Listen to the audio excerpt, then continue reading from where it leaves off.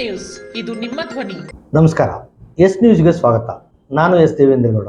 ಇತ್ತೀಚಿನ ಸಾಮಾಜಿಕ ವ್ಯವಸ್ಥೆಗೆ ನಮ್ಮ ಸಂಸ್ಕೃತಿಯ ಕಾರ್ಯಕ್ರಮಗಳು ಅನಿವಾರ್ಯ.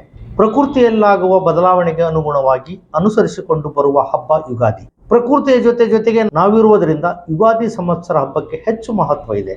ಯಾವಾಗ ಕಷ್ಟ ಸುಖಗಳು ಬರುತ್ತವೋ ಯಾರಿಗೂ ತಿಳಿಯುವುದಿಲ್ಲ.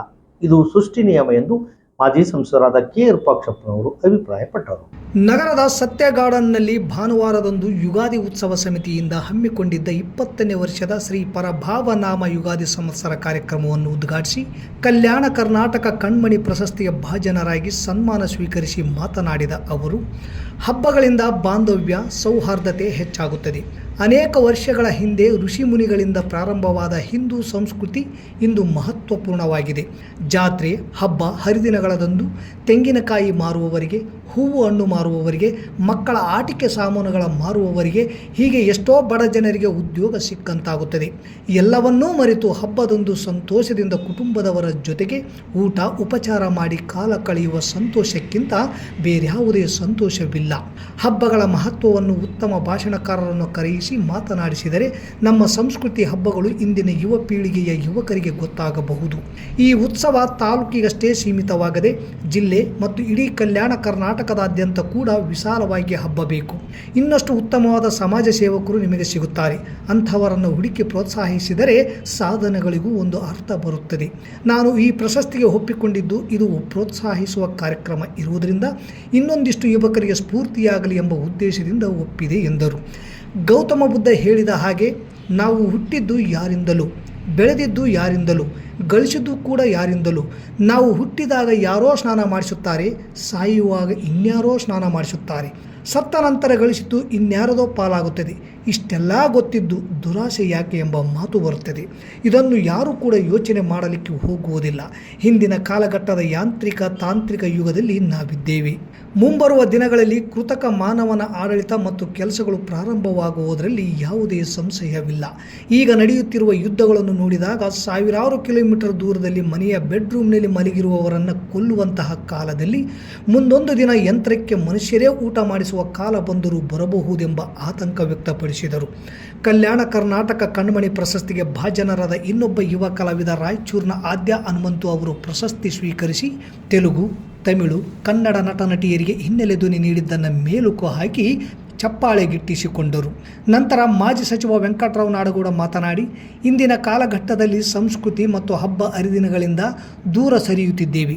ಈಗ ಬಹುತೇಕ ಮನೆಗಳಲ್ಲಿ ಬೀಸುವ ಕಲ್ಲು, ಮಜ್ಜಿಗೆ ಮಾಡುವ ವಿಧಾನ, ಒನಕೆಗಳು ಕ್ಷೀಣಿಸುತ್ತಿವೆ.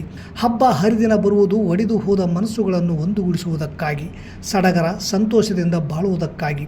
ಎಲ್ಲರ ಬದುಕಿನಲ್ಲಿ ಸಿಹಿ ಕಹಿಗಳು ಬರುತ್ತವೆ, ಸಮಾನವಾಗಿ ಸ್ವೀಕರಿಸಿ ಬದುಕು ಕಟ್ಟಿಕೊಳ್ಳಬೇಕು ಎಂದರು. ತದನಂತರ ಸಮಿತಿಯ ಸಂಚಾಲಕ ವೈ ನರೇಂದ್ರನಾಥ್ ಪ್ರಾಸ್ತಾವಿಕವಾಗಿ ಮಾತನಾಡಿದರು. ಇದಕ್ಕೂ ಮುನ್ನ ವೇದಿಕೆ ಮೇಲೆ ಶಾಸ್ತ್ರೀಯ ಸಂಗೀತ, ಪಂಚಾಂಗ ಪಠಣ, ಕವಿಗೋಷ್ಠಿ ನಡೆಯಿತು. 8 ಜನ ಕವಿಗಳು ಕವನ ವಾಚನ ಮಾಡಿದರು. ಅಧ್ಯಕ್ಷತೆಯನ್ನು ಬೀರಪ್ಪ ಸಂಭೋಜಿ ವಹಿಸಿದ್ದರು. ಸ್ಥಳೀಯ ಕಲಾವಿದರಿಂದ ಹಾಗೂ ವಿವಿಧ ಶಾಲಾ ಕಾಲೇಜಿನ ಮಕ್ಕಳಿಂದ ಸಾಂಸ್ಕೃತಿಕ ಕಾರ್ಯಕ್ರಮಗಳು ಜರುಗಿದವು.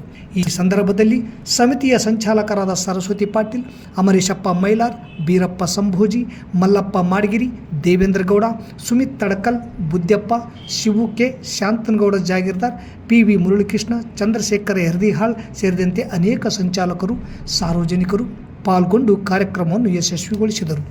ದೃಷ್ಟಿಯಿಂದ ನಾವು ನಮ್ಮ ಸಂಸ್ಕೃತಿ ಅನ್ನುವಂತಹದ್ದೇನಿದೆ ಇದನ್ನು ಎಂದೂ ಕೂಡ ಮರಿಬಾರದು. ಇದನ್ನು ಸದಾಕಾಲ ನಾವು ಆಚರಿಸಿಕೊಂಡು ಬಂದರೆ ನಮ್ಮ ಆರೋಗ್ಯಕ್ಕೆ ಬಹಳ ಉತ್ತಮವಾದಂಥದ್ದು. ನಮ್ಮಲ್ಲಿ ಅದು ಯೋಗ ಇರ್ಬೋದು, ಆಯುರ್ವೇದ ಇರ್ಬೋದು, ಇವೆಲ್ಲವನ್ನೂ ನೋಡಿದಾಗ ಮತ್ತು ನನ್ನ ರೀಸೆಂಟಾಗಿ ಈ ಮನೆಯಲ್ಲಿ ಅಗ್ನಿಹೋತ್ರಿ ಅಂತೇಳಿ ಮಾಡ್ತಾರೆ. ಅಗ್ನಿಹೋತ್ರಿ ಅಂತ ಮಾಡ್ತಾರೆ. ಅಗ್ನಿಹೋತ್ರಿಯ ಪರಿಣಾಮಗಳು ಏನೇನೋ ಆಗ್ತವೆ ಅಂತಕ್ಕಂಥದ್ದು ನನಗೂ ಸರಿ ಗೊತ್ತಿಲ್ಲ. ನಾನು ನಮ್ಮ ಮನೇಲಿ ಮಾಡಬೇಕು ಅಂತ ನಿನ್ನೆ ಪ್ರಾರಂಭ ಮಾಡಿದ್ದೀನಿ. ನಾನು ಪ್ರಕೃತಿಗೆ ಅನುಗುಣವಾಗಿ, ಪ್ರಕೃತಿಯಲ್ಲಿ ಆಗುವಂಥ ಬದಲಾವಣೆಗೆ ಅನುಗುಣವಾಗಿ ಅನುಸರಿಸಿಕೊಂಡು ಬರುವಂಥ ಒಂದು ಹಬ್ಬ ಅನ್ನುವಂಥ ಈ ಚೈತ್ರ ಮಾಸ. ನಾವು ಚಿಕ್ಕವರಿದ್ದಾಗ ಶಾಲೆ ಹೋದಾಗ ಚೈತ್ರ, ವೈಶಾಖ, ವಸಂತ ಋತು ಈ ರೀತಿ ಪ್ರತಿಯೊಂದು ಮಾಸಗಳಲ್ಲಿ ಯಾವ ಋತು ಬರ್ತದೆ ಅನ್ನುವಂಥ ಪಾಠವನ್ನು ನಾವು ಕಲಿತಾ ಇದ್ವಿ. ಅದು ಇವತ್ತಿನ ಮಕ್ಕಳಿಗೆ ಅದು ಯಾವುದು ಕೂಡ ಗೊತ್ತಿಲ್ಲ. ಚೈತ್ರ ಮಾಸ ಅಂದ್ರೆ ಏನು ಗೊತ್ತಿಲ್ಲ, ಯುಗಾದಿ ಅಂದ್ರೆ ಏನು ಗೊತ್ತಿಲ್ಲ, ವೈಶಾಖ ಅಂದ್ರೆ ಏನು ಗೊತ್ತಿಲ್ಲ. ಈ ನಮ್ಮ ಭಾರತೀಯ ಸಂಸ್ಕೃತಿ ಅಥವಾ ಹಿಂದೂ ಸಂಸ್ಕೃತಿ ಇದನ್ನು ನಾವು ಇವತ್ತೇನೋ ಇಂಗ್ಲಿಷ್ ಕಲ್ತೀವಿ ಅಂತ ಹೇಳಿ ಇದನ್ನು ಬರೆಯುವಂಥದ್ದು ಆಗಬಾರ್ದು ಅನ್ನುವಂಥ ಇದು ಎಷ್ಟು ಮಹತ್ವ ಇದೆ ಇದಕ್ಕೆ. ನಾವು ಪ್ರಕೃತಿಯಲ್ಲಿ ನಾವೊಬ್ಬರು ಕೂಡ ಹಬ್ಬ ಹರಿದಿನಗಳು ಒಡೆದ ಮನಸ್ಸುಗಳನ್ನು ಕೂಡಿಸುವುದಕ್ಕಾಗಿ ನಮ್ಮ ಹಿರಿಯರು ಮಾಡಿದ್ದಾರೆ ಅಂತ ನಾವು ಅನ್ಕೊಳ್ತೀವಿ. ನನ್ನ ಅಭಿಪ್ರಾಯ ಈ ತರಹದ ಕವಿ ಹೇಳಿದ ಹಾಗೆ ಯುಗ ಯುಗಾದಿ ಮರಳಿ ಬರುತ್ತಿದೆ, ಹರುಷವ ತರುತ್ತಿದೆ ಎನ್ನುವ ಹಾಗೆ ಇವತ್ತು ಬೇವು ಮತ್ತು ಬೆಲ್ಲವನ್ನು ನಾವು ಕಲಿಸಿ ಕುಡಿತೇವೆ. ಪ್ರತಿಯೊಬ್ಬರ ಬದುಕಿನಲ್ಲಿ ಸಿಹಿ ಮತ್ತು ಕಹಿ ಎರಡೂ ಇರ್ತವೆ. ಎರಡನ್ನೂ ನಾವು ಸಮಾನವಾಗಿ ತೆಗೆದುಕೊಳ್ಳಬೇಕು. ಯಾವಾಗಲೂ ಒಳಿತಾಗದೇ ಇರೋದಿಲ್ಲ. ಕೆಳಕು ಒಳಿತುಗಳು, ಏರು ಇಳುವುಗಳು, ಬದುಕಿನ ನಮ್ಮ ಬಹುಭಾಗ್ಯ ಅಂಗಗಳು ನಮ್ಮ ಜೊತೆಯಲ್ಲೇ ಇರ್ತವೆ. ಅವುಗಳನ್ನು ದಾಟಿ ನಾವು ನಮ್ಮ ಬದುಕನ್ನು ಬದುಕಬೇಕಾಗಿದೆ. ಈ ಸಮಯದಲ್ಲಿ ನಾನು ಹೆಚ್ಚು ಸಮಯವನ್ನು ತೆಗೆದುಕೊಳ್ಳೋದಿಲ್ಲ. ತಮ್ಮೆಲ್ಲರಿಗೂ ಹೊಸ ವರ್ಷ ಯುಗಾದಿ ನಮ್ಮೆಲ್ಲರ ಬದುಕಿನಲ್ಲಿ ಸುಖ, ಶಾಂತಿ, ನೆಮ್ಮದಿ, ಸಮೃದ್ಧಿಯ ಬದುಕನ್ನು ಆ ಪರಮಾತ್ಮ ಕರುಣಿಸಲಿ ಅಂತ ಹೇಳಿ ಪ್ರಾರ್ಥಿಸಿ ನನ್ನ ಮಾತುಗಳನ್ನು ಮುಗಿಸ್ತೇನೆ. ಜೈ ಹಿಂದ್.